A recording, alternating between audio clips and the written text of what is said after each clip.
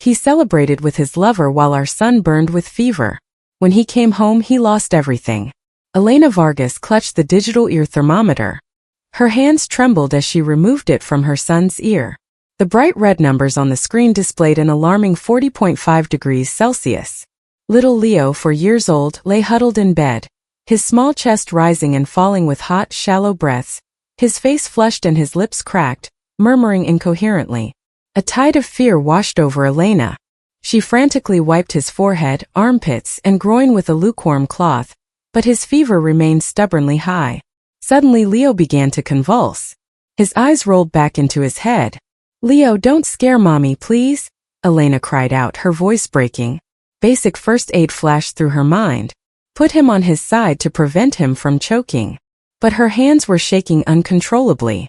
They needed a hospital. She grabbed her phone from the nightstand, her finger fumbling for Daniel's name. The phone rang long and insistent. Once, twice, 3 times, no answer. Outside, a lightning bolt tore through the sky, followed by a deafening clap of thunder that rattled the windows of their spacious, cold master bedroom in the La Moraleja urbanization. Leo startled. A weak whimper escaped his swollen throat. Elena bit her lip until she tasted blood and called again. This time Daniel finally answered. His voice was hoarse, impatient, and laden with irritation. "Hello? Do you have any idea what time it is? Why do you keep calling?" Elena choked back a sob, her voice fragmented. "Daniel, please come home.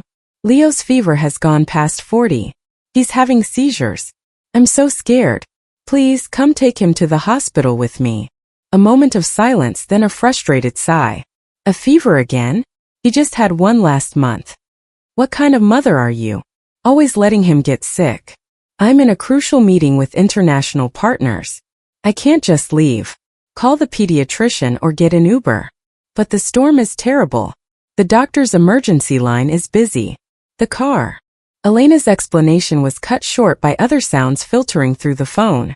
It wasn't the rustle of papers or the tense discussions of a multi-million-dollar business meeting. It was the clinking of glasses, soft jazz music, and unmistakably the sweet, cooing voice of a woman. "Daniel, darling, come blow out the candles. Everyone is waiting for you." Elena recognized that voice instantly. Carla Montero, Daniel's new executive assistant, hired 6 months ago, always presented herself as innocent and fragile, greeting her politely and calling her Mrs. Romero whenever they met. Daniel seemed to have forgotten he hadn't hung up, or perhaps he simply didn't care if Elena heard. His voice returned, devoid of irritation, replaced by an unfamiliar tenderness. "Of course I'm coming right now, darling. Happy birthday. Happy birthday." The words pierced Elena's eardrums, tore at her heart, and shattered the last vestiges of her fragile trust. Today was October 20th. She remembered it was Carla Montero's birthday, so his crucial meeting and international partners were just a cover to openly celebrate with his mistress. While their son fought for his life, he was happily blowing out candles for another woman. "Daniel, you!"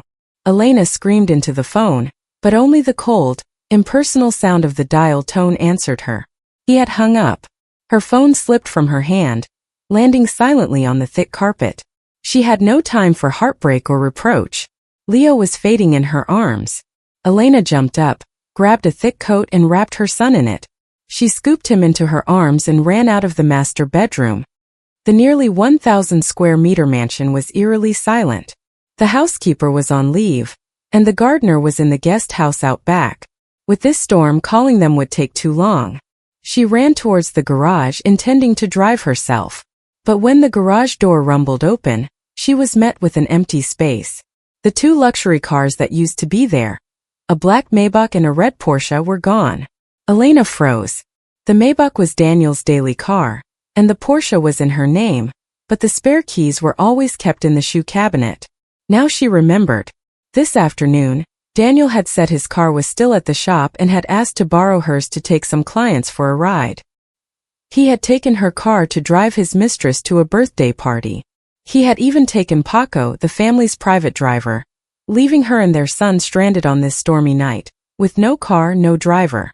Elena hugged Leo tightly and plunged into the blinding rain. The main gate of the urbanization was nearly half a kilometer from the main road. The wind whipped against her face, and the cold rain soaked her thin pajamas in seconds. Elena slipped. Her knee slammed hard against the sharp cobblestones. Unbearable pain shot up to her brain, fresh blood mixing with the rainwater, but she didn't dare let go. She held Leo tightly, shielding him from the heavy drops with her body. Elena struggled to her feet and kept running. Her bare feet, already bloodied by the gravel, felt no pain greater than the suffocating fear of losing her son. When she reached the main road, it was deserted. The few taxis that sped by were either occupied or refused to stop in the bad weather. Her ride-sharing app searched for drivers in vain. Elena stood under a dilapidated bus stop. Tears mixed with the rainwater streaming down her cheeks. She looked at Leo's pale face, overwhelmed by a sense of helplessness. The heiress of Vargas Industries, the wife of CEO Daniel Romero. Yet at this moment she was as pathetic as a beggar, unable to find transportation to save her child. Just as she was about to desperately throw herself into the street to stop a car, a truck slowed down. The middle-aged driver stuck his head out. "Ma'am, what are you doing out here in this rain?" Elena rushed forward like a drowning woman grabbing a lifeline, pounding on the window. "Sir, please save my son. He has a high fever and convulsions. I need to get to the hospital urgently. Please, I'll pay you anything." The driver saw the pale child in her arms and nodded without hesitation. "Get in quickly. Don't worry about the money now." The old truck roared to life, cutting through the curtain of rain toward the Metropolitan General Hospital. Inside the cab, which reeked of engine oil, Elena held Leo tightly, trembling uncontrollably from cold and fear. In her mind, Daniel's smiling face by the birthday candles flickered, intertwined with Leo's gasping breaths. A seed of hatred, watered by the cold rain and brutal betrayal, began to sprout in the heart that had once loved him completely. The Metropolitan General Hospital was brightly lit, a stark contrast to the darkness and storm outside. The pungent smell of disinfectant made Elena dizzy. She ran into the emergency room with Leo, her wet hair plastered to her face, water dripping onto the polished floor. "Doctor, where's a doctor? Please save my son." Her desperate cries attracted the attention of all the on-duty medical staff. A nurse quickly pushed a gurney over. The on-call doctor quickly assessed Leo's condition. His face immediately turned grave. The emergency room doors slammed shut in front of Elena, separating her from her precious son. The red in surgery light lit up, glaring and painful. A middle-aged nurse came out, handing Elena a stack of papers. Her voice was full of reproach. "Why did you wait until his fever was so high to bring him in? Any later and it could have caused brain damage. He has acute pneumonia. Where is the father? How could he let you carry the child in the rain alone like this?" The nurse's questions were like salt rubbed into Elena's wounds. Where was the father? She managed a bitter, twisted smile. "His father is busy being a hero at someone else's birthday party. My husband is dead." Elena uttered the words coldly, and then scrawled her signature on the consent form. The nurse looked at the woman's pathetic appearance, but her sharp, cold eyes didn't dare ask any more questions and she hurried back inside with the file. The hospital corridor was deserted. The cold wind seeped through the window, chilling Elena to the bone. Only now did she feel the biting cold. Her wet pajamas clung to her skin, and her scraped knee was still oozing blood. But she didn't care. She sank onto a cold metal bench, her eyes fixed on the emergency room door. Time ticked by, each second as heavy as lead. An hour, then two. To keep from breaking down, Elena took out her phone. The screen was cracked in a corner from where it had fallen, but it still worked. She had intended to message Inigo Reyes, her private lawyer and close friend, to ask him to prepare some documents, but as if by some malicious force, her finger slid to a social media app. Right at the top of her feed, a trending post updated 15 minutes ago caught her eye. It was from Carla Montero's secondary account, an account Carla thought Elena didn't know about, but one Elena had been aware of for a long time. The photo was taken in a lavish presidential suite at the Grand Plaza Hotel. In the soft, flickering candlelight, a woman's slender, pale hand held a man's large hand. On the man's wrist was a limited edition Patek Philippe Grand Complications 5270. Elena stared at the watch. Every intricate detail of its engraved dial was etched into her memory. She had personally commissioned it from Switzerland 3 months ago. using all her personal savings as a gift for Daniel on his promotion to CEO. When he received the gift, he had held her, vowing to cherish it as he cherished their love.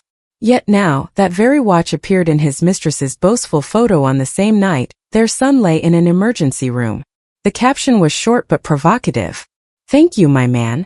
Despite the storm, you came to me and gave me the warmest birthday. Love you, Daniel Romero." He hadn't just come. He had brought humiliation for his wife and son as a gift for her. Elena scrolled to the comments. A few of Carla's friends were cooing. "Wow, what a watch. I heard it's worth as much as an apartment. Your man spoils you, Carla." Carla replied with a heart emoji and the words, "He said I deserve the best. And the old thing at home gets thrown out sooner or later." The old thing at home. Elena let out a soft, eerie laugh that echoed in the silent hallway. So in his eyes, she and Leo were just cumbersome old objects waiting to be discarded. She had sacrificed everything for Daniel. From being the golden heiress of Vargas Industries, she had hidden her identity and defied her father to marry him. A man of humble origins but full of ambition. She had used her family's hidden connections to pave the way for him, quietly handling business troubles for him, and even taking a supporting role, caring for their family so he could focus on his career. She had believed her sacrifices would earn her a happy home, but she was wrong. Her sacrifices had only fueled his greed and arrogance. He thought his success was entirely his own, and she, his humble wife, was no longer worthy of his status. A hot tear fell onto her phone screen, blurring Carla's smug face in the profile picture. But it was the last tear. Elena wiped her face. Her eyes shifted from pain to an icy resolve. She took a screenshot of the post and saved it in a hidden folder. Then she opened her contacts and found a number she hadn't called in 5 years. Mr. Ricardo Vargas, her father. Just then the emergency room light went out. The door opened, and the doctor came out looking tired but slightly relieved. "Family of Leo Romero." Elena jumped up. Her numb legs almost gave way. "That's me. How is my son, doctor?" The doctor nodded slightly. "Fortunately, you brought him in just in time. The child had acute pneumonia complicated by the high fever and seizures. We've brought his fever down and stabilized his condition. He's out of immediate danger, but he needs to be in the ICU for at least 24 hours for observation. His lungs are very weak, so we must be extremely cautious." Elena let out a long, shaky breath, feeling as if a 1,000-kilo weight had been lifted from her. "Thank you, doctor. Thank you so much." As she watched the gurney carrying Leo to the recovery ward, seeing her son's small, pale face covered in medical tubes, Elena's heart ached, but her mind was remarkably clear. She could not let her son continue to live in this toxic environment. She could not let an irresponsible father and a manipulative mistress harm Leo again. Elena turned and walked to a secluded corner of the hallway. She dialed her father's number. He answered almost immediately, his dignified voice tinged with concern. "Elena, why are you calling so late? Has that scoundrel Romero hurt you again?" Hearing her father's warm voice, the man she had turned her back on to chase a blind love, Elena's nose stung. She took a deep breath, suppressing her emotions, and pronounced each word clearly. "Dad, I was wrong. I want to come home." There was a second of silence on the other end, then a resolute voice. "Good. I've waited 5 years to hear you say that. Honey, where are you? I'll send someone to pick you up immediately. I'm at the Metropolitan General Hospital. Leo is sick. Dad, I need the best legal team from Vargas Industries, and I need you to help me prepare asset seizure procedures. I want a divorce. That's my girl. A Vargas has to be decisive. I'll come myself. As for that scoundrel, I'll make him regret the day he was born." Hanging up, Elena leaned against the wall, her gaze fixed on the window. The rain hadn't stopped, but a faint light was beginning to break in the eastern sky. Tonight was the last night she would cry for Daniel. Tomorrow, when the sun rose, the weak Elena of the past would be gone. The person returning to that mansion would be Miss Vargas of Vargas Industries, the one who would reclaim everything, principal and interest, from those who had trampled on her love and self-respect. Elena returned to Leo's room, watching him sleep soundly. She kissed his forehead gently and whispered, "Sleep well, Leo. When you wake up, Mommy will give you a new world, one with no storms, only warm sunshine. She asked the nurse to watch her son for a moment. Then she quietly left the hospital and hailed a taxi. She needed to go home to clean up the remnants of the past before her dear husband returned. The faint light of dawn filtered through the hospital room's curtains, illuminating Elena's haggard face. After a sleepless night watching over Leo's every breath, her eyes were bloodshot. Yet, strangely, there was no longer the usual sadness or weakness in her gaze. The extreme fear of the previous night had solidified into a block of cold, sharp ice, embedded deep within the young mother's heart. Leo's fever had subsided. His breathing was more regular, though his face was still pale, and his small hand bore the bruised mark of an needle. Elena felt her heart turn to cold ash. For the past 5 years, what had she been living for? For a foolish, youthful love. For a man who valued his ego more than the lives of his wife and son. A soft knock on the door interrupted her thoughts. It opened, and in walked a dignified, middle-aged man with silver hair but eyes as sharp as an eagle's. Behind him were 2 tall bodyguards and Inigo Reyes, the chief legal counsel for Vargas Industries. It was her father, Chairman Ricardo Vargas. Elena stood up. Her numb legs made her sway. Ricardo Vargas quickly stepped forward to support his daughter, his eyes scanning her frail appearance, then landing on his grandson in the hospital bed. Pained beyond words, Elena softly called out, "Dad!" Her voice cracked. Ricardo Vargas patted her shoulder.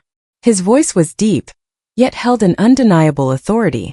He said there was no need to talk. He already knew everything. The security camera footage from the mansion and the hospital had been retrieved. He stated that the Vargas family would never allow one of their own to suffer such injustice. Inigo Reyes stepped forward, placing a stack of documents on the table. His eyes were filled with sympathy and determination as he looked at Elena. He told her all the procedures had been prepared according to the chairman's wishes.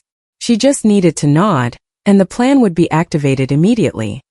Elena looked at Inigo, her childhood friend who had silently supported her over the years. She picked up the file, looking at the clear black and white text.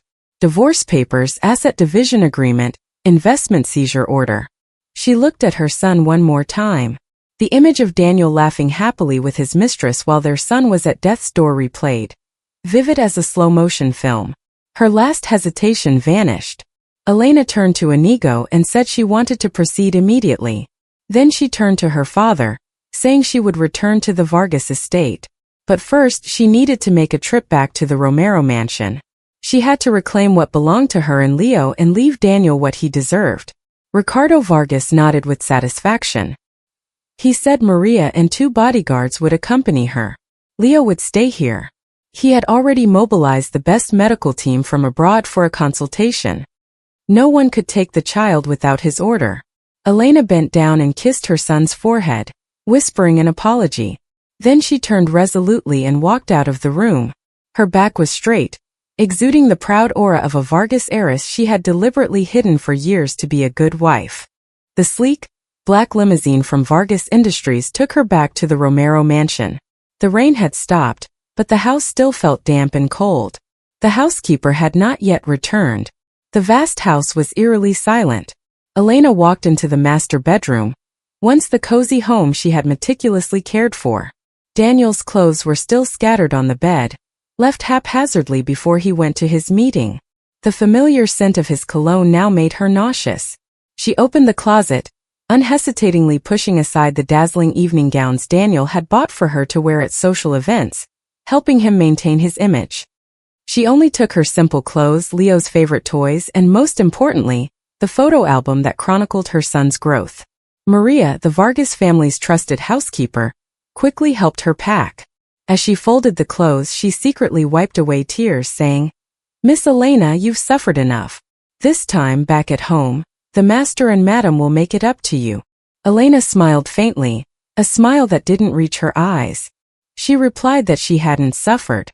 "Every foolish mistake comes with a price, and this time I paid with 5 years of my youth. A bit expensive, but it was worth it to wake up." In less than an hour, all of Elena's and Leo's personal belongings were neatly packed. The room felt strangely empty. Elena walked to the dressing table and took off her wedding ring. The diamond ring Daniel had once knelt and proposed with, vowing eternal love. It now lay starkly on the cold marble surface. She took out the signed divorce papers, her signature firm and resolute, right next to the ring. Elena thought to herself, Daniel thought he was a phoenix rising from the ashes. No, he was just a lucky sparrow that landed on a branch. Today that branch had broken. Elena picked up her bag and walked out the door without a single look back. The mansion door slammed shut behind her, closing a tearful chapter of her life and opening a merciless war. As she left the Romero mansion, Elena sat in the gleaming black limousine. The car's interior was silent and luxurious, completely separate from the city's hustle. She took out her phone and dialed a special encrypted number. This was the private banking hotline reserved for top-tier investors. The other end answered immediately. The voice of Mr. Thompson, the bank director, was respectful and deferential, saying it was an honor to hear from her. Chairman Vargas had briefly informed them of the situation, and they were awaiting her orders. Elena leaned back into the leather seat, her eyes watching the skyscrapers glide by the window, her voice as cold and sharp as a surgeon's scalpel. She requested Director Thompson to activate the marital risk clause in the investment trust agreement between Alcazar Capital and Romero Corporation. Director Thompson cautiously asked what level she wished to apply. Elena's lips curved into a mocking smile. Every word she spoke carried immense weight. She requested the highest level, a complete freeze, locking all of Romero Corporation's corporate accounts, Daniel Romero's personal accounts, and all supplementary credit cards he had issued. She demanded the immediate recall of short-term preferential loans, requiring early repayment due to a violation of the CEO's ethics clause. Director Thompson stated with concern that doing so would immediately paralyze Romero Corporation. Their cash flow was already very tight. If funding was cut now, bankruptcy would be a matter of days. Elena cut him off, her voice unwavering, stating that was precisely what she wanted. She wanted him to wake up the next morning without a cent in his pocket, unable to use his cards, and with his company unable to pay salaries. She wanted him to experience the feeling of helplessness as his world crumbled before his eyes. Director Thompson replied that he understood and would implement it immediately. The system would send asset freeze confirmation notifications to Daniel Romero's address in 30 minutes. Elena hung up, closed her eyes, and took a deep breath. Many people didn't know that Romero Corporation's rapid rise over the past 5 years was not due to Daniel Romero's exceptional business acumen, but to the massive capital injection from Alcazar Capital, a private investment fund established by Elena herself using her mother's inheritance. She had silently pumped lifeblood into her husband's company, hiding her identity to protect his fragile male ego. But that ego had been used by him to keep his mistress, to trample on her and their son. So she would reclaim it all. Her money, even if she threw it into the sea, should at least make a splash, not be enjoyed by that unfaithful pair. The car stopped in front of the city's most modern office building. Inigo Reyes was already waiting there. He handed her another stack of documents. These are the asset freeze confirmations from the court and the bank. The hard copies have been delivered by express courier to the Romero mansion, taped directly onto the refrigerator door, as you requested. Elena took the confirmation paper with the red seals from the bank and the court. She remembered Daniel's habit. Whenever he came home drunk or sober, the first thing he did was open the fridge for a drink. This paper would be an excellent appetizer for him the next morning. Elena continued, her eyes gleaming dangerously, asking Inigo about the luxury apartment Carla Montero lived in and whose name it was under. Inigo adjusted his glasses, a knowing smile on his face. He informed her it was in Daniel Romero's name but was a marital asset. Although he had secretly purchased it with embezzled company funds, legally, she had half the ownership. Furthermore, with the evidence of infidelity she provided, the court would rule that the majority of the assets belonged to her and Leo. Elena nodded with satisfaction. She told Inigo to notify the building management to cut off the power and water and deactivate the access cards, stating that the owner requested the unit be sealed for dispute resolution. She wanted to see how Carla would survive on the 25th floor without electricity, water, or an elevator. Inigo looked at her with admiration, saying she had really changed. Elena looked him straight in the eye. Her voice deepened. She said it wasn't a change, but that she was reclaiming what was rightfully hers. My son almost died because of their depravity. I will not let anyone harm him again. From now on the weak Elena is dead. Only Elena, the heiress of Vargas Industries, remains. She stepped into the elevator, her tailored black dress exuding a cold power. The financial war had officially begun. She didn't just want Daniel Romero to divorce her. She wanted him to leave with nothing but the clothes on his back, buried in debt, so he would understand that the price of betrayal was far higher than he could ever imagine. The next morning the blazing sun shone down on the city, but it couldn't dispel the chill from the previous night's storm. A taxi pulled up to the gate of the Romero mansion. Daniel Romero got out, his suit rumpled, tie loosened, and a distinct crimson lipstick mark on the collar of his white shirt. He stretched and yawned, his head still buzzing from the alcohol and the sweet afterglow of the passionate birthday night with Carla. Last night was wonderful. Carla had been compliant and attentive, unlike Elena at home, who only complained about Leo's illnesses and household expenses. Daniel muttered about having to go back and listen to more lectures. Then he fumbled in his wallet to pay for the taxi. He intended to pull out his powerful black credit card for a showy payment but reconsidered, thinking the taxi's card machine might be faulty. Instead he pulled out a few euro notes, tossed them at the driver, and turned to go inside. The heavy gate creaked open, revealing a silent courtyard. Daniel frowned. Normally at this time, Elena would be watering the flowers, or at least the sound of children playing would be heard. Why was it so quiet today? She must be tired from Leo's illness last night and still sleeping. He opened the front door with his fingerprint and walked in. "Elena!" he called out, his voice tinged with the imperiousness of a husband expecting to be served. No response. The large house was steeped in an eerie silence.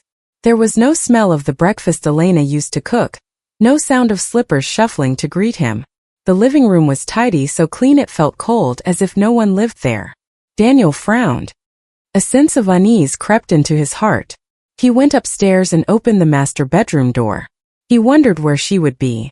Was she hiding from him, and how was Leo? The room was empty, the bed cold and untouched.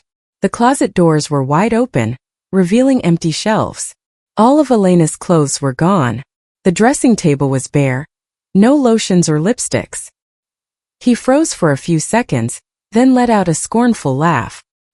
He thought she was playing her old trick of running to her parents' house to threaten him.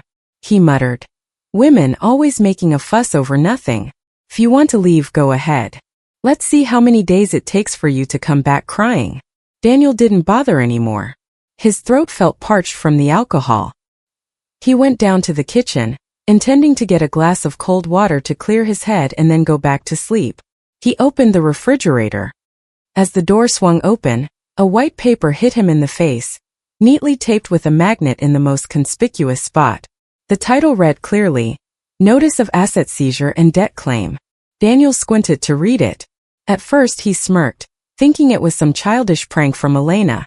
But when he read the line, "All accounts of Mr. Daniel Romero have been frozen at the request of the primary creditor," the smile on his face froze. He ripped the paper off, crumpling it in his hand, wondering, what the hell is this? He ran to the living room, to the coffee table where he usually sat. On the table, a divorce paper lay starkly next to her diamond ring. On the divorce petition, the signer was Elena Vargas, and the reason was clearly stated: adultery, neglect of marital duties, abandonment of a child in critical condition. Daniel picked up the papers, his hands starting to tremble, not from fear of losing his wife, but from a sense of humiliation. His weak, stay-at-home wife, who clung to him all year round, dared to initiate a divorce. Just then his phone vibrated wildly in his pocket. It was a text message from the bank.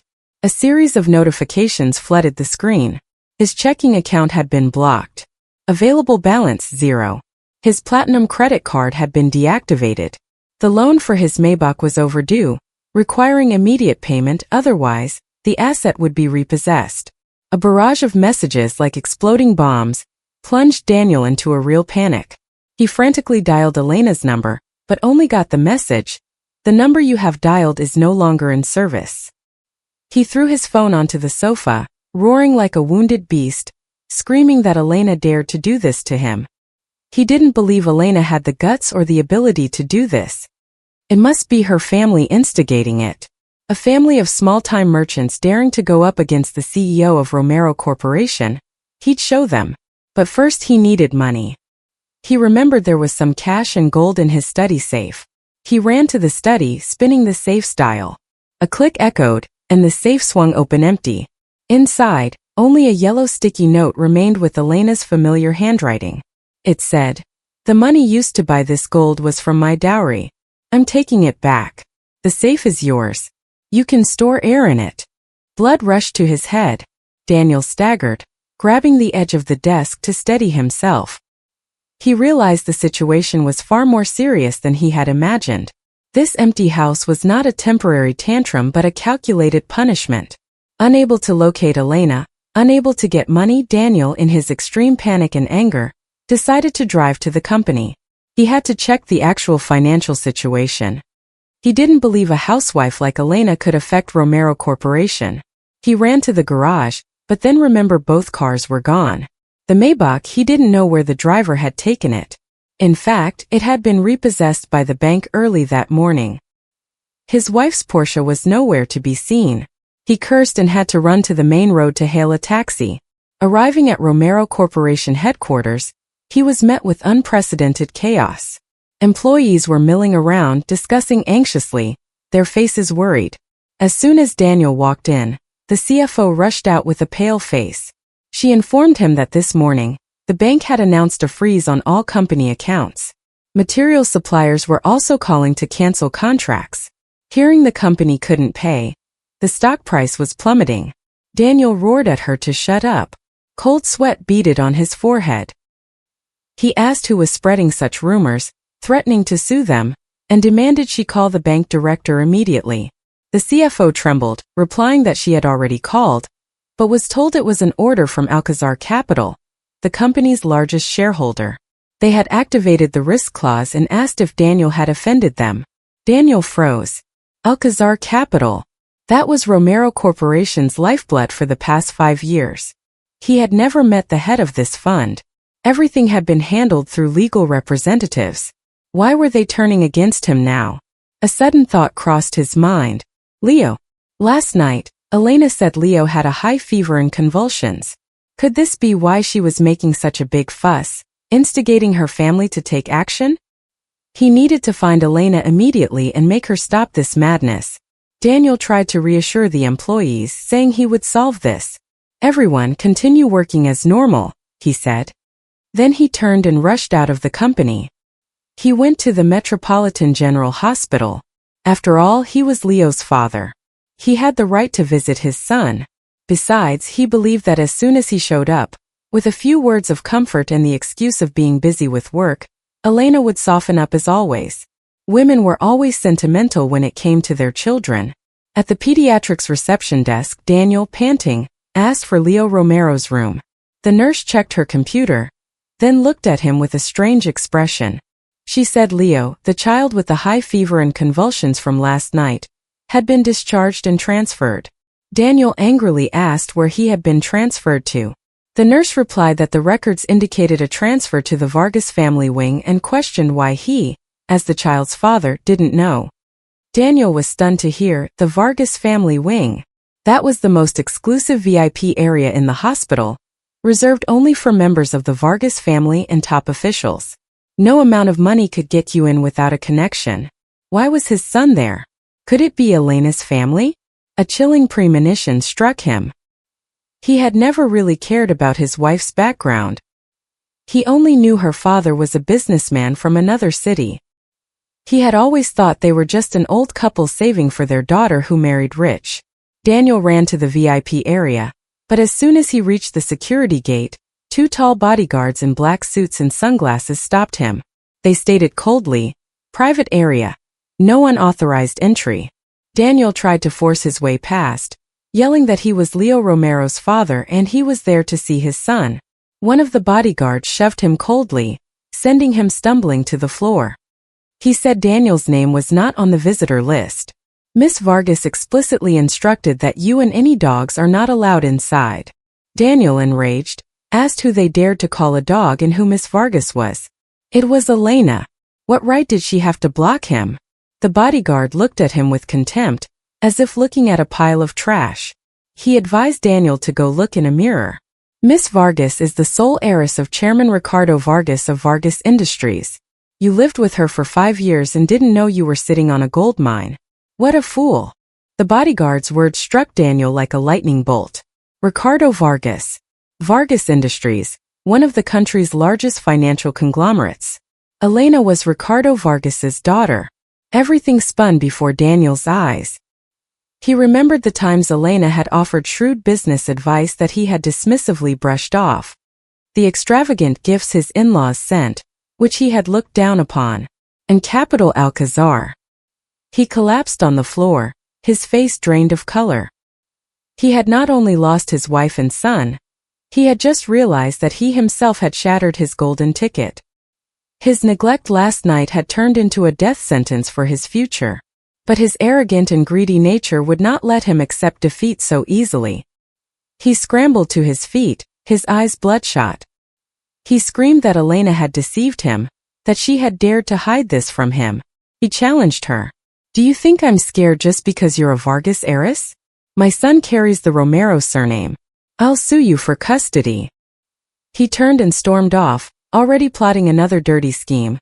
Not knowing that behind the soundproof glass door of the 5th floor VIP lounge, Elena was watching him.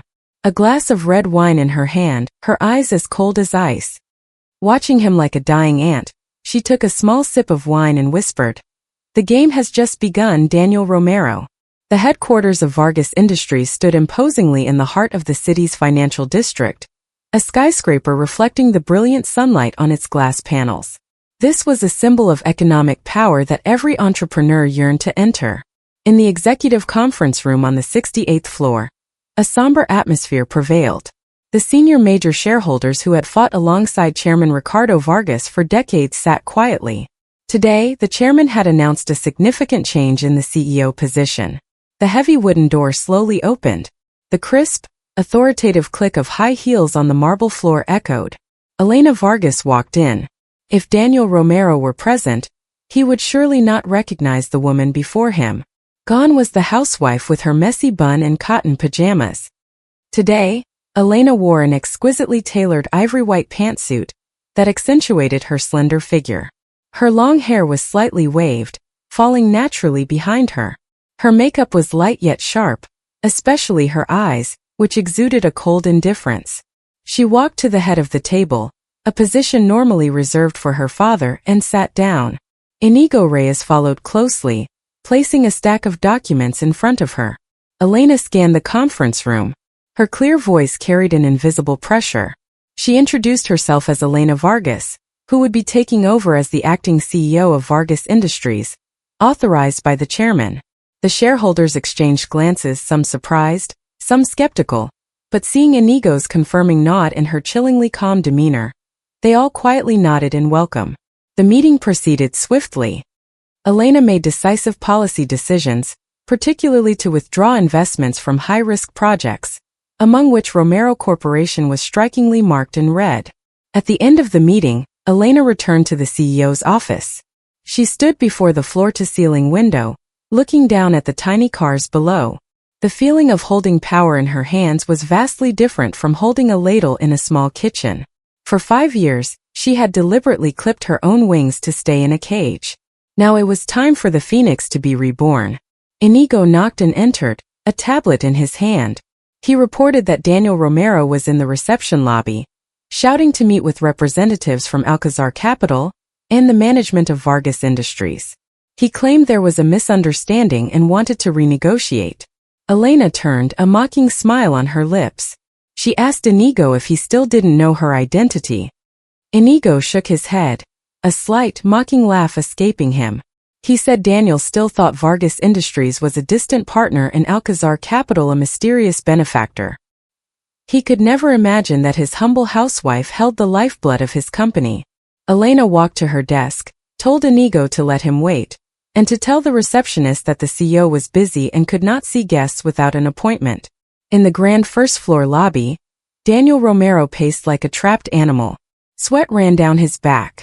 He constantly checked his watch, then looked at the executive elevator with pleading eyes.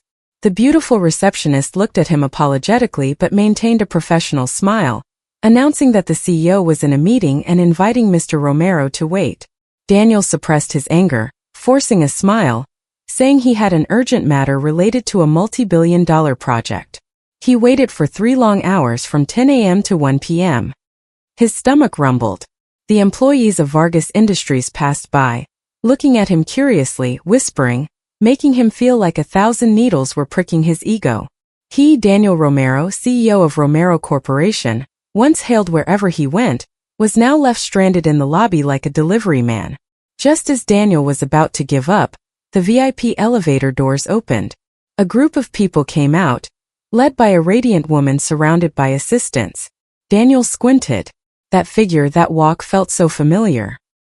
He was about to rush forward, but 2 large bodyguards quickly stepped in, blocking him like steel walls. "Excuse me, CEO. I'm Daniel Romero from Romero Corporation," he shouted. The woman didn't stop, not even giving him a glance. She walked straight towards the waiting Rolls-Royce outside. Her suit jacket billowed gently in the wind, leaving behind a cold back and a faint scent of luxurious perfume, a scent that neither Carla nor any woman he had ever met could possess. Daniel stood frozen, muttering, "Impossible. That silhouette looks so much like Elena, but it couldn't be her. How could Elena have such a regal bearing? How could Elena ride in a Rolls-Royce? He must be seeing things." He stumbled out of the Vargas Industries building, the scorching midday sun hitting his face, making him dizzy. He didn't know that this mistaken encounter was just the prelude to a series of humiliations he was about to endure. Daniel Romero's office at Romero Corporation was in chaos. Phones rang incessantly, employees scurried about, and the printer spat out endless cancellation notices. Daniel slumped in his chair, pulling at his hair. In just 48 hours, the empire he had built over 5 years had crumbled. The accounts were frozen, partners had turned their backs, and employees were resigning in droves. The office door burst open. Carla Montero walked in, her face radiant, a fashion magazine in her hand. She was still oblivious to the financial storm. Thinking Daniel could save the situation, Carla sashayed over, sat on Daniel's lap, and wrapped her arms around his neck. She drawled, "Last night was so much fun, but I saw a new Hermes bag in a magazine. It's beautiful. Buy it for me, darling, as a late birthday present." Daniel, already furious, exploded. He pushed her off violently, sending her stumbling. "Are you out of your mind?" he roared. "The company is on the brink of bankruptcy. Where am I going to get money for a damn bag?" Carla froze. Her big eyes welled up with tears. Her innocent expression vanished, replaced by a calculating glint. She stood up, her voice suddenly cold. "The company is really going bankrupt? Didn't you say you were a business genius?" Daniel loosened his tie in rage. "This time is different. Elena, that madwoman, conspired with outsiders to freeze my assets. I need cash desperately." He turned to Carla, his voice softening slightly. "Give me back the jewelry and credit cards I gave you. I need to sell them. When this crisis passes, I'll buy them back for you 10 times over." Carla's face hardened. She stepped back, crossing her arms, a mocking smile on her lips. "You're funny," she sneered. "What's given is given. That's payment for my youth spent with you. Now you want to take the clothes off my back." Daniel couldn't believe his ears. Was this the sweet, understanding Carla?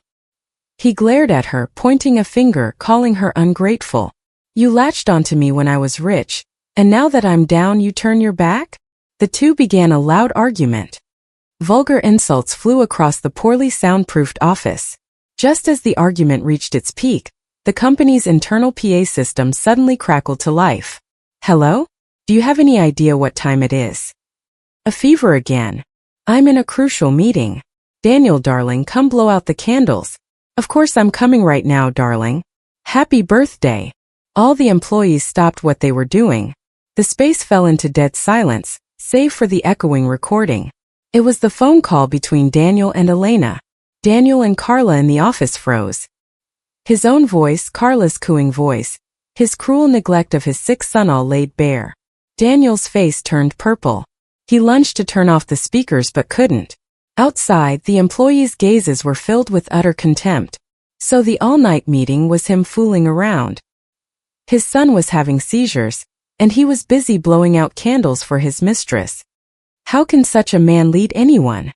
Carla's face was ashen. She knew her reputation was ruined. She grabbed her bag, covered her face, and ran out, leaving Daniel alone in a room full of humiliation. Daniel slumped over his desk. He knew this was Elena's gift to him. She didn't just want him to lose money. She wanted him to lose all honor, all respect. She wanted to expose his hypocrisy to the world, and she had done it cruelly and thoroughly. 3 days after Romero Corporation plunged into crisis, Daniel finally got a meeting with Elena's representative. The venue was a luxurious garden cafe. Daniel arrived 15 minutes early, wearing his most expensive suit, trying to project confidence. He believed Elena would show up. All he needed was to meet her, use emotional manipulation, and leverage their son to convince her. Exactly at 3 p.m., a black car pulled up. The person who got out was not Elena, but Inigo Reyes. The lawyer entered the cafe, sitting opposite him without a handshake. Daniel snapped, "Where's Elena? I want to talk to my wife directly, not some outsider." Inigo calmly ordered a black coffee. Then he looked at Daniel. He said Elena did not wish to meet a man of such moral decay. "From this moment on, I am her fully authorized legal representative." Daniel slammed his hand on the table, growling, "Inigo, don't push me. Tell her to lift the asset freeze immediately, or don't blame me for being ruthless." Inigo chuckled, taking a thick stack of documents from his briefcase. "Daniel Romero, take a good look," Inigo said. "This is a detailed bank statement of your accounts. A total of 1.5 million euros has been transferred to accounts related to Carla Montero for an apartment, a car, jewelry, designer bags, and luxury travel. Meanwhile, last month you complained about Leo's expensive school fees, making Elena pay for it." Daniel glanced at the dense numbers. Cold sweat broke out. Inigo continued his attack. He stated that the 1.5 million euros were marital assets. "Elena demands you return this amount in full before any division. Otherwise, you will face charges of asset dissipation and fraud." Daniel stammered, "I don't have the money to pay it back." Inigo shrugged. "That's your problem. Elena has a message for you. She doesn't need your cheap apologies. She wants you to leave empty-handed, just as you came to her. Even the shirt on your back was bought with her money. She isn't asking you to strip here. That's the last shred of dignity she's preserving for you." Daniel gritted his teeth, switching to a threatening tone, saying that if Elena pushed him, he would expose everything. "I'll let the world know that the daughter of Chairman Vargas is a cruel woman who drove her husband to ruin. Let's see if Vargas Industries stock plummets then." Inigo stood up, adjusting his tie, looking at Daniel with pity. He told Daniel to try, but to remember that the Vargas family had enough money and power to make him disappear. Besides, Leo has formally changed his surname to Vargas. You have permanently lost your parental rights. With that, Inigo turned and left, leaving Daniel sitting alone, surrounded by the curious gazes of other patrons. He clenched his fists, his nails digging into his skin. He hated Elena, he hated Inigo, he hated the whole world, but he forgot that he himself had dug his own grave. Cornered, Daniel went back to Carla Montero's apartment, where the power and water had been cut, forcing him to climb 25 flights of stairs. Carla was huddled in a corner, her face streaked. Seeing Daniel, she only looked up resentfully. Daniel threw his suit jacket on the floor. He told Carla they were pushing him too hard and he had to fight back. Carla's eyes lit up. She was a calculating person and knew that if she abandoned Daniel now, she had nowhere to go. She might as well take a gamble. She sidled up to Daniel, whispering her plan. She suggested that since Elena was using her family's power, public opinion would always side with the underdog. "Let's play the victims," she urged. "Go online with your parents. Cry that your rich daughter-in-law looks down on your poor family, forbids the grandparents from seeing their grandson, and is having an affair with her lawyer." Daniel's eyes brightened upon hearing this. Perfect plan. He immediately called his parents in his hometown, asking them to come to the city that night. The next morning, a live stream was broadcast on a popular social media account. In the video, Daniel sat with his head down, looking haggard. Beside him was his mother, a countrywoman, crying hysterically. Between sobs, she lamented their misfortune of marrying a rich daughter-in-law who treated her in-laws worse than dogs. She didn't tell us when our grandson was sick, just took him away. My son worked day and night, and just because he forgot his wife's birthday, she kicked him out, froze his assets, and now he has no money for food. She's also having an affair with that lawyer, conspiring to steal my son's company. Daniel would occasionally interject with choked words, saying he just wanted to see his son. Carla was behind the camera, directing the internet trolls she had hired. Thousands of comments began to flood the network. Oh my God, how could she be so cruel? Men work so hard, and their wives cheat and steal assets. This kind of woman should be publicly shamed. Boycott Vargas Industries. Justice for this husband. The wave of online fury erupted. Those who didn't know the full story began to direct their anger at Elena. The stock price of Vargas Industries fluctuated slightly. Daniel watched, a smug smile on his lips. He thought, Elena, you have money, but I have public opinion. Let's see how you weather this storm. At the Vargas family mansion, Elena sat on the sofa, an iPad in her hand, watching the live stream. Her face was calm. Maria, standing beside her, trembled with indignation. They are scoundrels. Miss Elena, let me call someone to deal with them. Elena waved her hand. Let them act, she said. The better the play, the more tragic the ending. They want to play the victims. I will grant their wish. But first they have to climb very high so that when they fall they'll shatter. She turned to Inigo, telling him to prepare a press conference. It was time to release the irrefutable evidence. The truth about that stormy night and the true face of his crying mother would come to light. Daniel Romero had chosen the wrong opponent for this media war. The Grand Ballroom of the Grand Hyatt, booked by Vargas Industries for the press conference, was packed. Hundreds of reporters from major media outlets, famous bloggers, and onlookers were present. The story of the rich daughter-in-law oppressing her husband had been the hottest topic on social media for 24 hours. Exactly at 9 a.m., the ballroom doors opened. Camera flashes flickered continuously. Elena Vargas walked out. Contrary to everyone's expectations, Elena appeared strikingly simple. She wore a modest long black dress devoid of any jewelry. Her makeup was light, but it couldn't hide the fatigue in her eyes. Beside her were Inigo Reyes and the formidable legal team of Vargas Industries. Elena walked to the podium, gave a humble bow, and sat down. Her composure silenced the ballroom. Inigo took the microphone, announcing that they were forced to speak out due to the serious damage to Miss Vargas's reputation.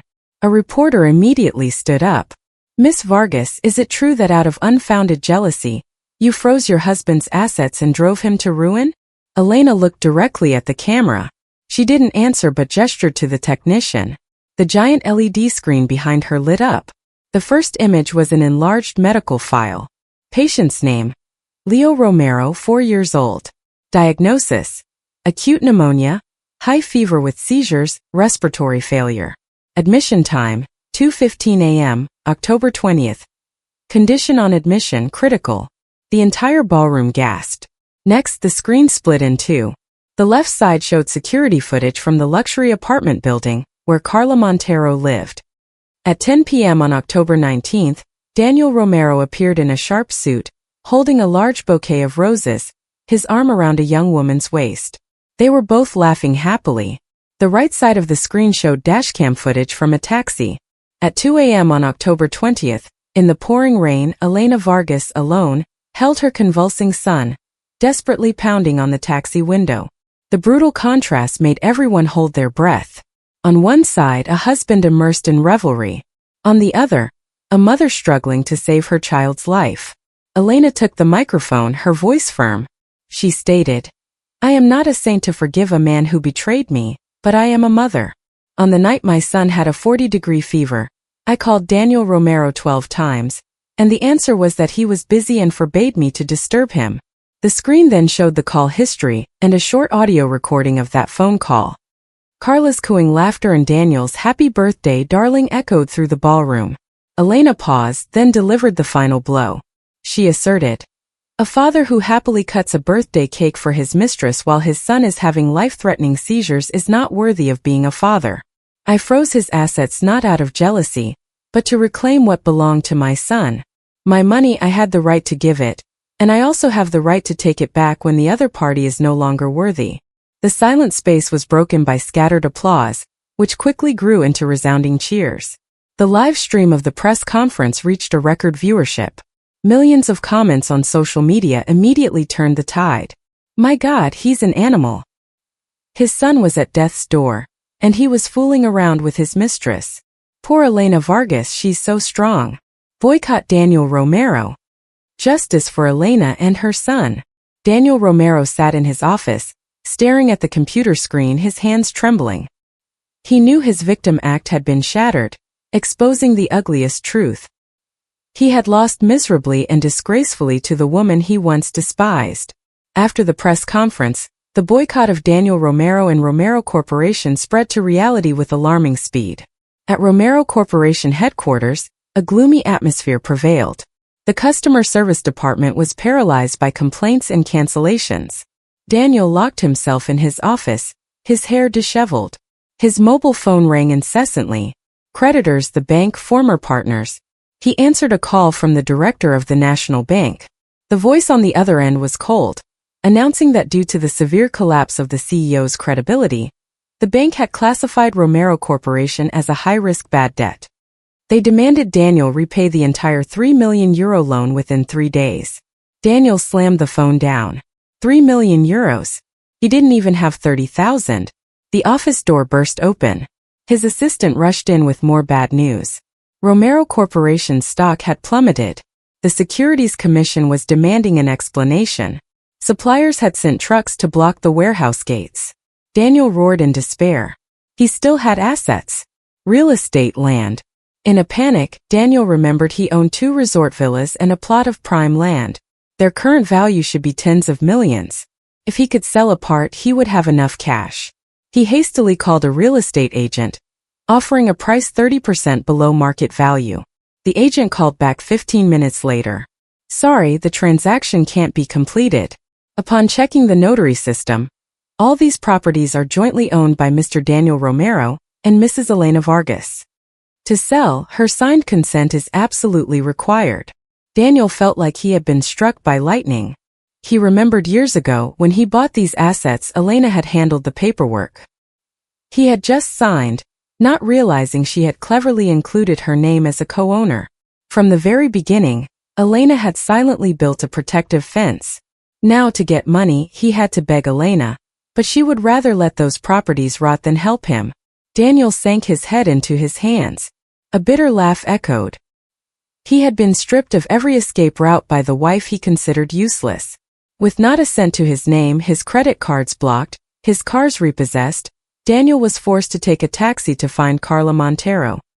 He remembered the jewelry, designer bags, and cash he had given her, totaling hundreds of thousands of euros. If he could get it back, he could survive. Carla was in the luxury apartment Daniel had rented for her. When he arrived, the door was wide open. Inside, Carla was hastily stuffing clothes into suitcases.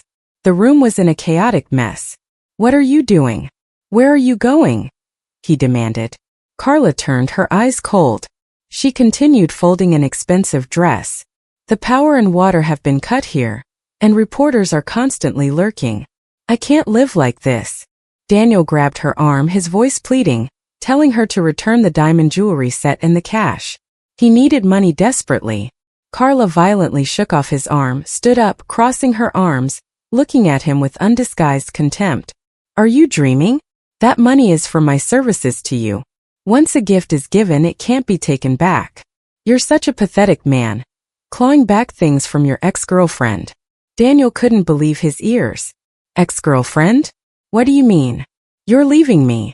Carla smiled mockingly. "Wake up, Daniel. What do you have now? Your company is bankrupt. You're buried in debt. Your reputation is in the gutter. Do you think I loved you for your beer belly? I loved your money. Now you're just a penniless bum. Why should I bury my life with you?" Daniel trembled with rage. He remembered her sweet words that she loved him for who he was. It was all a sham. he roared, lunging to grab her purse, calling her ungrateful. Carla screamed obscenities, scratching his face. They wrestled, tumbling onto a pile of clothes. In the struggle, Carla's suitcase burst open, spilling out a passport and a plane ticket. The accompanying passenger's name was not just hers, but another man's, a real estate tycoon Daniel had once met. Daniel picked up the ticket, his hands trembling. "How long have you been cheating on me?" Carla fixed her messy hair and smirked. "Not long. Ever since your company started showing signs of cash flow problems. A smart person knows how to find a way out, right? Who's as stupid as Elena to sacrifice her youth and money for a worthless man? Though Elena was quite clever, wasn't she? She knew to dump you just when you had nothing." The mention of Elena was the final stab. He compared the two women, one who gave him everything but he betrayed. The other who only knew how to extort money but he doted on. Daniel dropped his arms, staggering backward. He felt filthy. He turned and left, Carla's shrill laughter trailing behind him. After leaving Carla's, Daniel wandered the streets, went to his parents' house. His mother, seeing her son in such a pathetic state, instead of comforting him, shrieked that it was all Elena's fault. "She stole all your property. Stole my grandson. She's so rich she'll surely brainwash the child to forget his Romero blood," she urged Daniel. "If she won't let you see him, go to his school and pick him up. You're his father. Who would dare stop you? Just bring the child here, and we'll have a bargaining chip to negotiate with Elena. She loves that child so much, she'll surely cough up a large sum of money." In his desperation, Daniel found his mother's words logical. He thought, "Leo is my son. I have the right to take him anywhere." The next morning, Daniel, wearing a borrowed helmet, rode an old scooter, lurking around the new international preschool Elena had transferred Leo to. At pickup time, he hid behind a large tree. There Leo walked out with his teacher. There was no Elena, no bodyguards. Daniel lunged, grabbing Leo's hand and pulling him. Leo screamed in terror. The young teacher, startled, ran after him. "Who are you? Let go of the child. I'm calling security." Daniel pulled off his mask, revealing his haggard face. "I'm his father," he roared. "What's wrong with a father picking up his son?" Leo, seeing his father, did not feel relieved but cowered in fear. He cried out, struggling to escape Daniel's grip. Daniel's violent actions attracted the attention of the surrounding parents. They started to gather, whispering. Many recognized him as the notorious bad father from social media. They took out their phones to record. "My God, it's Daniel Romero. He's trying to kidnap his own son. Look how scared the child is." Daniel's anger erupted. He yelled at Leo to shut up and forcefully dragged the child, causing Leo to stumble and scrape his knee. Just then, two sleek black Cadillacs sped up, braking sharply. Four large bodyguards jumped out, quickly subduing Daniel, twisting his arms behind his back. Elena got out of the second car, ran to hug the hysterically sobbing Leo, checking his injuries. Seeing his bleeding knee and terror-stricken face, an unprecedented rage erupted in Elena's eyes. She stood up, walking toward Daniel. Without a word, she raised her hand and delivered a resounding slap across his face. The slap carried all the indignation of a mother protecting her child. Elena snarled, "Daniel Romero, you've crossed my final line. You want to see your son? Fine. Next time we'll meet in court, and I'll show you the price of kidnapping and public disturbance." Police sirens wailed in the distance. Daniel was handcuffed and shoved into the police car amidst the jeers of the gathered parents. The image of him being arrested while his son watched in extreme fear marked the end of his last shred of dignity. The plan not only failed spectacularly but also pushed him toward prison. The sky over the city was gray, much like Daniel Romero's mood as he walked through the doors of the district courthouse. He wore a shabby old suit. Beside him, a third-rate lawyer. The preliminary hearing for the divorce case between plaintiff Elena Vargas and defendant Daniel Romero officially began. On the other side, Elena sat upright. Her calm and cold demeanor radiated power. She did not look at Daniel once. Inigo Reyes sat beside her, calm and sharp. Daniel's lawyer stood up, his voice trembling as he presented his client's demands. The defendant agrees to the divorce but requests full custody of his son, Leo Romero, and a 50% division of existing assets. Daniel sat there, a glimmer of hope in his eyes. He thought that no matter how powerful Elena was the law. Assets acquired during the marriage had to be divided equally. The judge turned to the plaintiff's side. Inigo Reyes stood up calmly. "Your Honor," he said, "before we discuss asset division, I would like to present a crucial piece of evidence. This is a prenuptial agreement signed between Miss Elena Vargas and Mr. Daniel Romero on May 15, 5 years ago, one day before their marriage registration." Upon hearing this, Daniel laughed out loud. "Inigo, are you crazy? I never signed any such agreement. It must be forged." Inigo gave a faint, mocking smile.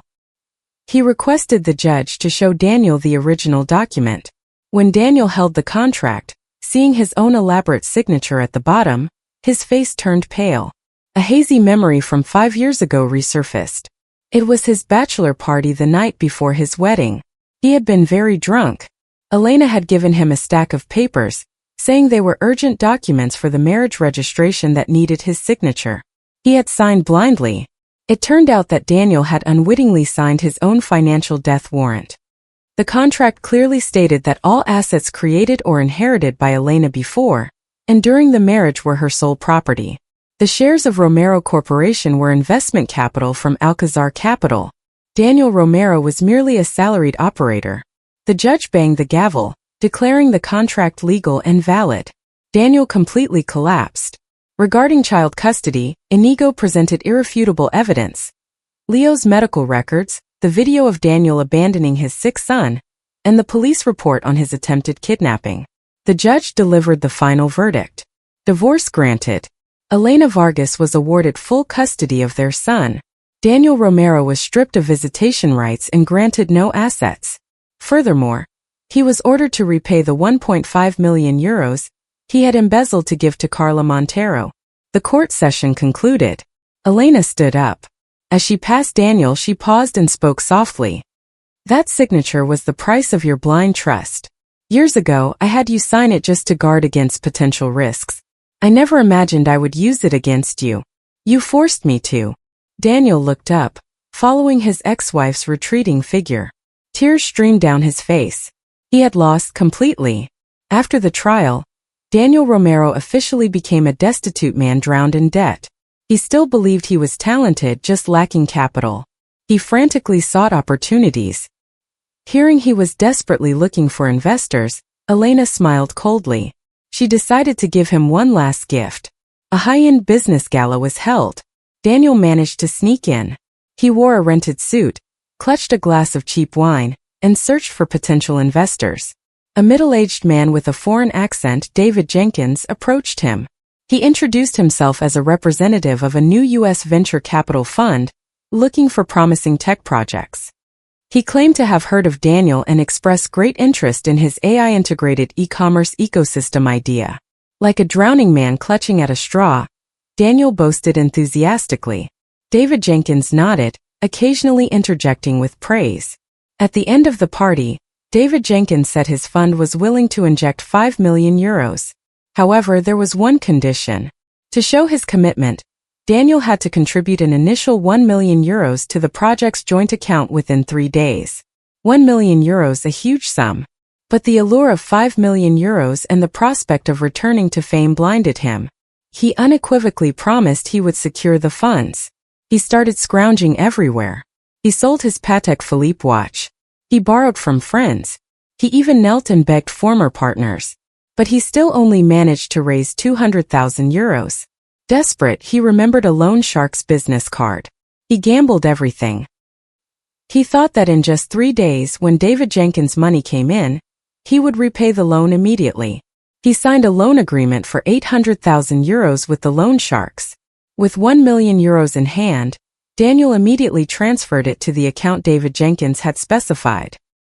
He called David Jenkins to report the news. The voice on the other end congratulated him and scheduled a contract signing for Monday morning. Daniel dreamed of returning to his CEO position while Elena begged for his forgiveness.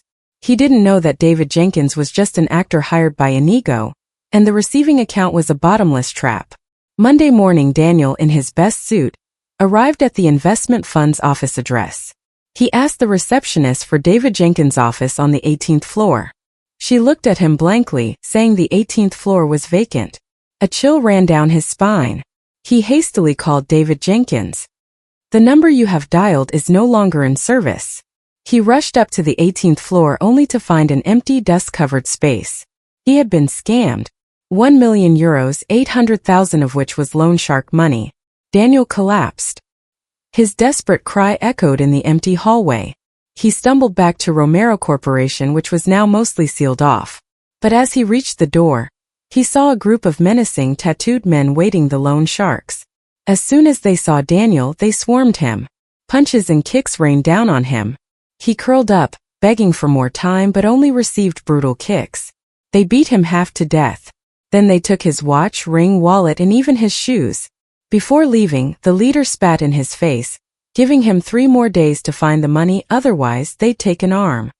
Daniel, lying motionless, struggled to his feet, crawling towards the secret office where he had hidden some foreign currency and antiques in a wall safe.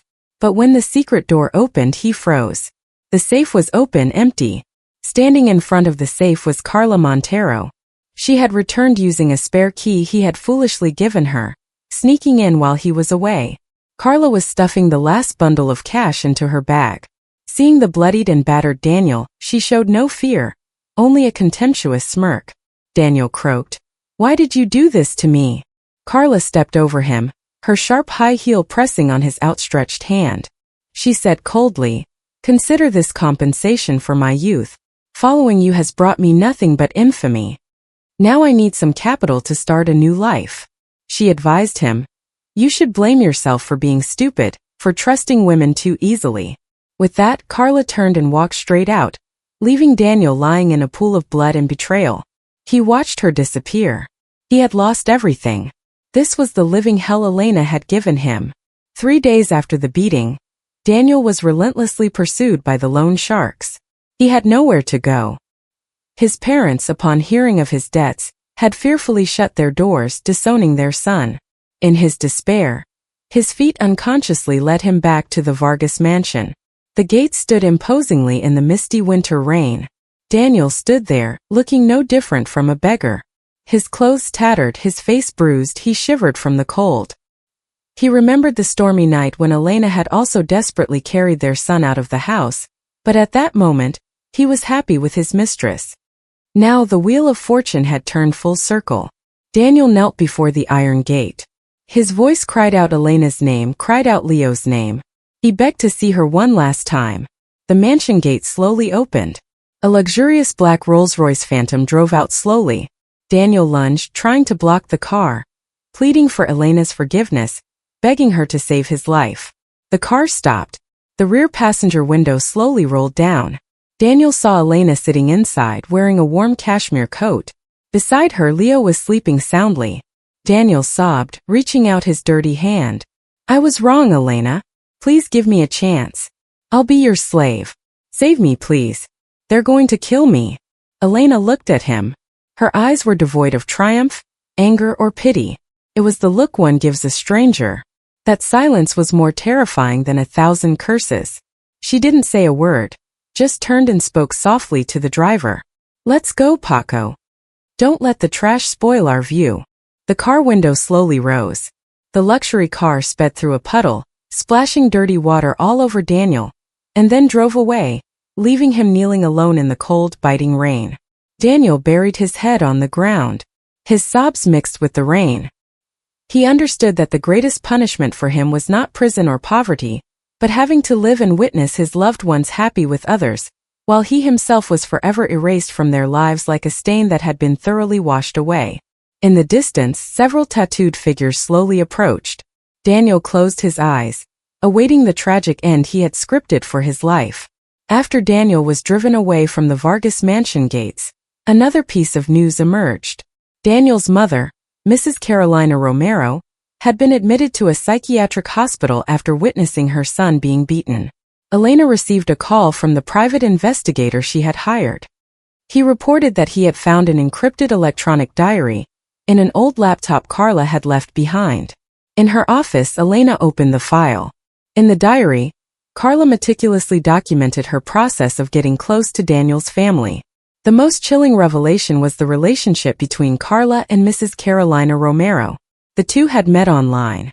Mrs. Carolina Romero had always harbored animosity towards Elena, believing she was too pampered and offered no help to her son's career. A recorded conversation Carla saved made Elena's hands tremble. "Auntie, I think Elena is quite healthy. She will surely give you a grandson soon," Carla had messaged. "Healthy my foot," Mrs. Carolina Romero replied. "If she has a son, her position will be even more secure. You have to find a way to keep her in check." What followed was Carla's poisonous plan. She had given Mrs. Carolina Romero an unidentified herbal remedy, falsely claiming it was a tonic, but it was actually a cold-natured herb that caused hormonal imbalances, making it difficult to conceive. Mrs. Carolina Romero had secretly mixed the powder into the soups she brought to the city for her daughter-in-law. Elena recalled that 3 years ago, her body had suddenly weakened. Her periods were irregular, and she couldn't conceive a second child. It turned out her own mother-in-law, together with her husband's mistress, had conspired to poison her. Their goal was to make her feel worthless. Reading the last line where Carla boasted that the plan had caused Elena to suffer a miscarriage once without anyone knowing, tears streamed down Elena's face out of pity for the little life that had been taken away by its own grandmother. Elena closed her laptop. Her eyes became sharper than ever. If before she only wanted to reclaim her money and dignity, now she wanted them to pay with blood and freedom. This was aggravated assault and attempted murder. She dialed Inigo Reyes. She told Inigo to take all this evidence to the authorities. She wanted to prosecute Mrs. Carolina Romero and Carla Montero for assault. This time she would show no mercy. The city police had been busy. After receiving the report and evidence from Vargas Industries' legal team, an urgent investigation was launched. Daniel, after being denied help by Elena, had been hiding in a dilapidated motel. He lived like a cornered rat, but the law finally caught up. That night, police sirens tore through the quiet motel district. The rotten motel room door was kicked down. Daniel instinctively tried to flee but was subdued by 2 detectives. The cold click of handcuffs echoed, securing the former CEO's wrists. The lead detective read the arrest warrant for Daniel Romero for grand theft, corporate tax evasion, and kidnapping. At the same time, at the French border crossing, Carla Montero, her hair dyed blonde, was trying to flee the country. She had used the stolen money to buy a fake passport. As she approached the control booth, her heart pounded. The customs officer scanned her passport, then looked at her with a questioning gaze. He signaled and 2 border security officers stepped forward. Carla knew something was wrong. She dropped her luggage and turned to run, but the police had already set up an ambush. In less than 2 minutes, Carla was tackled to the ground. When the police officer produced a nationwide arrest warrant for theft, fraud, and assault, Carla fell silent. The 2 traitors finally met at the city police detention center. In the interrogation room, Daniel and Carla were chained to 2 chairs, facing each other. The moment they saw each other, they immediately lunged, tearing each other apart verbally. Daniel roared, calling Carla an evil woman who had instigated him, stealing his money. He confessed everything, shifting all the blame to Carla. Carla was just as vicious. She laughed manically, blurting out everything about Mrs. Carolina Romero and her poisoning of Elena, and also accusing Daniel of being the mastermind behind the company's tax evasion. The more fiercely they tore at each other, the clearer the evidence became. 3 months later, the trial took place. The courtroom was packed. Daniel Romero, Carla Montero, and Mrs. Carolina Romero stood before the court. Daniel was haggard, his eyes dark and lifeless, wearing the black and white striped uniform of the detention center. Carla was disheveled. Mrs. Carolina Romero rambled, laughing manically. Elena Vargas did not attend. She entrusted everything to Inigo. The judge read the charges. Daniel Romero, guilty of grand theft, tax evasion, and kidnapping. Total sentence: 20 years in prison. Carla Montero, guilty of theft, fraud, and assault. Total sentence: 12 years in prison. Mrs. Carolina Romero, guilty of assault, due to diminished capacity, ordered to mandatory inpatient psychiatric treatment indefinitely. Hearing the verdict, Daniel collapsed. 20 years. When he got out, he would be a 50-year-old man with no home, no son, and no future. His life officially ended here. Carla cried hysterically. Mrs. Carolina Romero continued to laugh manically, unaware that she would spend the rest of her life in a mental institution. Before the defendants were taken away, Inigo Reyes approached. He held a new certificate before Daniel. It was Leo's reissued birth certificate. In the name section, the name Leo Romero had disappeared, replaced by Leo Vargas. And in the father's name section, that line was left blank. Inigo told Daniel, "This is the last gift Elena sends you.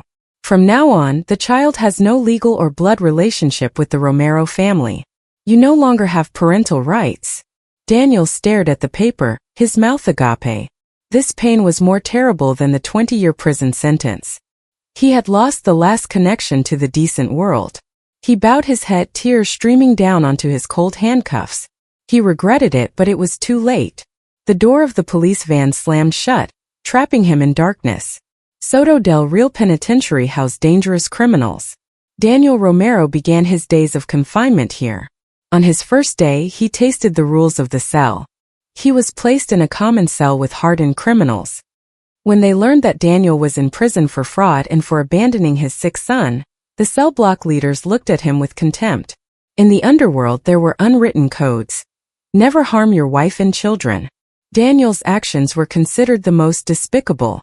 That night, Daniel was beaten nearly to death. From then on, his life was a living hell. He had to do the dirtiest jobs, scrubbing toilets, washing clothes, and giving his meager portion of food to the leader. Every night, memories were his cruelest torturer. He remembered the warm mansion where Elena always waited. He remembered Leo's innocent smile. He remembered the days when society respected him. Daniel looked at his calloused and scarred hands.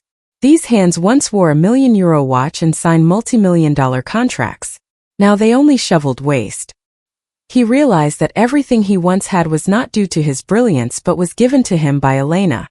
She was his good fortune. He had personally shattered his golden ticket. One day Daniel saw an old newspaper.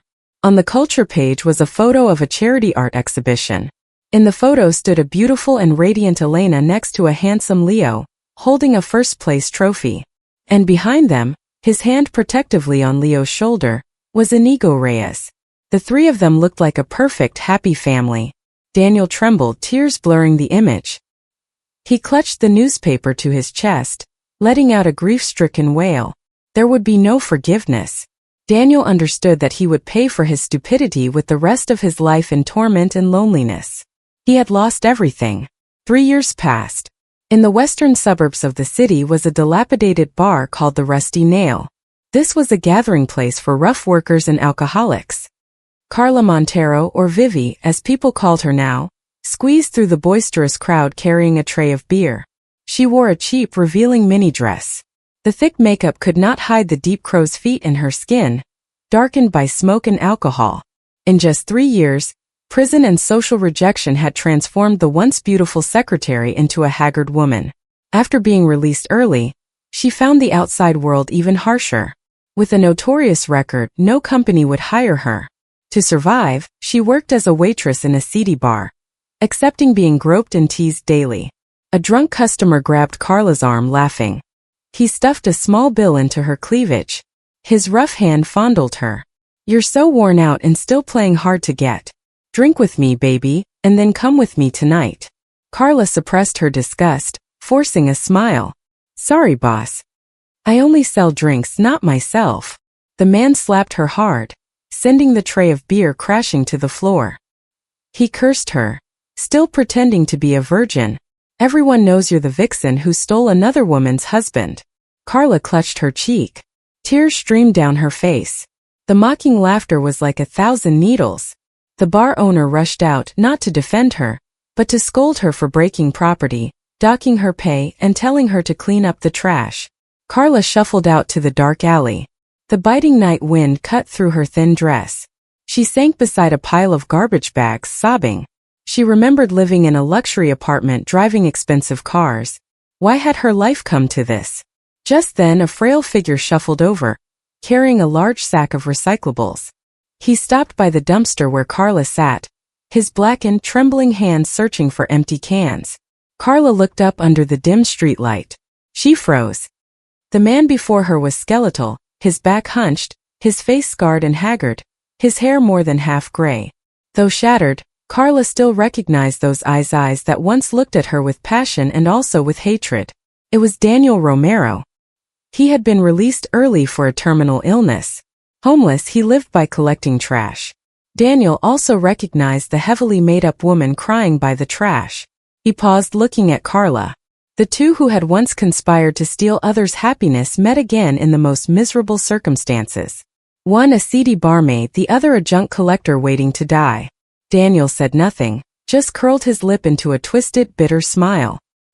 He bent down, picked up an empty beer can beside Carla's feet, then turned silently and left. He no longer cursed her. The greatest contempt was to pretend not to know someone. Carla watched his stooped figure disappear. She suddenly burst out laughing, a wild, manic laugh mixed with sobs. This was the price for being a homewrecker, for greed and cruelty. They had destroyed their own lives. In stark contrast, the city's art gallery today was bathed in light. A major cultural event, New Beginnings, a children's charity art exhibition, was being held. The main star was Leo Vargas. Now 7 years old, Leo was plump and healthy, his eyes bright. Elena Vargas stood at the center of the grand hall, greeting guests. The past 3 years had imbued her with a mature, captivating charm. She wore an emerald green evening gown, simple yet elegant. As the CEO of Vargas Industries, she was now the most sought-after woman in elite circles. Leo stood proudly beside his central painting, explaining it to everyone. The painting depicted a small beachside house with a bright sun, his mother, and a tall man holding a child's hand. Inigo Reyes walked up to Elena, holding 2 glasses of wine. His eyes were filled with a gentle affection. For the past 3 years he had always been by her side, helping her heal. He gently asked Elena if she was tired. Elena smiled and shook her head. She thanked Inigo. Without your help, the exhibition wouldn't have been such a huge success. Inigo looked toward Leo, who was now surrounded by reporters. He said Leo was a perceptive child who deserved the best. And so do you, Elena. Just then Leo spotted Inigo. The boy waved frantically and shouted loudly, "Daddy Inigo, come take a picture with Mommy and me." The clear call of Daddy Inigo echoed. Elena blushed slightly. Her eyes shone with happiness. Inigo smiled brightly. He put down his wine glass and walked toward the child. He picked Leo up, moving closer to Elena. The 3 of them created a perfect family portrait. Camera flashes flickered. Tomorrow this image would appear on the front pages of newspapers, not as a scandal, but as a symbol of completeness. Elena looked at the 2 most important men in her life, laughing together. In her heart, the last iceberg of the past had completely melted. She realized that the real dawn had arrived. A gentle, warm sun, illuminating the road ahead. A road of sincere love. This winter came early. Outside the city's most luxurious French restaurant, a warm yellow light spilled from the glass doors. A man dressed in rags was hiding behind a tree. It was Daniel Romero. His late-stage lung disease made him cough in racking spasms. He no longer had the strength to collect recyclables, only to wander and beg. He wasn't here today to beg. He remembered it was Leo's birthday. A father's instinct, though tainted, still urged him back just to see his son from afar. The restaurant door opened. Elena Vargas walked out first, on the arm of Inigo Reyes, laughing happily. Inigo carefully adjusted her scarf. Walking beside them was Leo. The boy wore a small suit, looking like a little prince. Daniel's dull eyes opened wide. That was his ex-wife, his son. But they seemed so distant now. Leo held Inigo's hand, skipping. The boy looked up and asked Inigo something. Inigo bent down, ruffled the boy's hair and laughed. Leo hugged Inigo's leg affectionately. That image was like a knife piercing Daniel's heart. He remembered years ago how Leo used to long for him to come home, but he was always busy. Now that position had been filled by someone 1,000 times better. Daniel unconsciously stepped into the street. He wanted to rush forward to call his son's name, but at that moment, the headlights of a passing car illuminated him, reflecting his image in the restaurant window. Daniel saw himself a haggard, filthy, foul-smelling man. He compared that image to the elegance of the three people across the street. He froze. What right did he have to approach to shame his son? Daniel retreated into the shadows. Hot tears streamed down his cheeks. He covered his mouth with one hand to stifle his sobs. He watched Inigo open the car door for Elena and Leo. The luxury car drove away, taking with it the entire world of happiness he had once possessed and shattered. Daniel slumped at the foot of the tree. His choked sobs mixed with the wind. He understood that the cruelest punishment was not prison or poverty, but having to live and witness his loved ones happy with others, while he himself was forever eradicated from their lives. Spring returned to the beautiful coastal city of Marbella, where Elena's family chose to spend their weekends. Inside a private villa, a small cozy party was being prepared. Elena wore a pristine white long dress, an orchid in her hair, standing on the balcony, overlooking the ocean. The sea breeze ruffled her hair. She took a deep breath, feeling peaceful. 5 years ago, she had thought her life ended on that stormy night. But the love of her parents, Leo's growth, and Inigo's unwavering presence had pulled her out of that dark pit. A warm hug enveloped her from behind. Inigo rested his chin on her shoulder. He gently asked what she was thinking about. Elena smiled. She said she was thinking about the past. I used to think love meant sacrificing everything. But now I understand that wasn't love, it was blindness. Inigo turned her around. You're right, he said. True love is respect, companionship. When you both shine together, you don't have to sacrifice anything. You just need to be yourself. Elena Vargas, proud and radiant. I love you for who you are. He knelt down, taking a small velvet box from his jacket. Inside was a simple yet exquisite diamond ring. I've waited for this day for a long time, Elena. I promise you a peaceful home where you and Leo will never have to endure storms again. Will you marry me? Elena looked at the man before her. She saw her reflection in his eyes, whole and cherished. She nodded. Happy tears streamed down her cheeks. Yes, she said. Inigo slipped the ring onto her finger, stood up, and they shared a passionate kiss under the radiant sunset. Leo ran over, cheering loudly, hugging both their legs. Mr. and Mrs. Vargas stood nearby, smiling with satisfaction. The story of betrayal and revenge had concluded. Those who caused suffering had paid their price and faded into oblivion. No one spoke of Daniel Romero or Carla Montero anymore. They were just ugly specks of dust swept away by the wind. Elena looked at the vast, boundless sea, her heart calm. She understood that the greatest revenge against a despicable person was not to make them suffer, but to let them see her live an infinitely happier life without them. And this happiness she would hold on to tightly. The sunset cast a rosy glow across the sky, marking the end of a day and preparing for an even brighter dawn.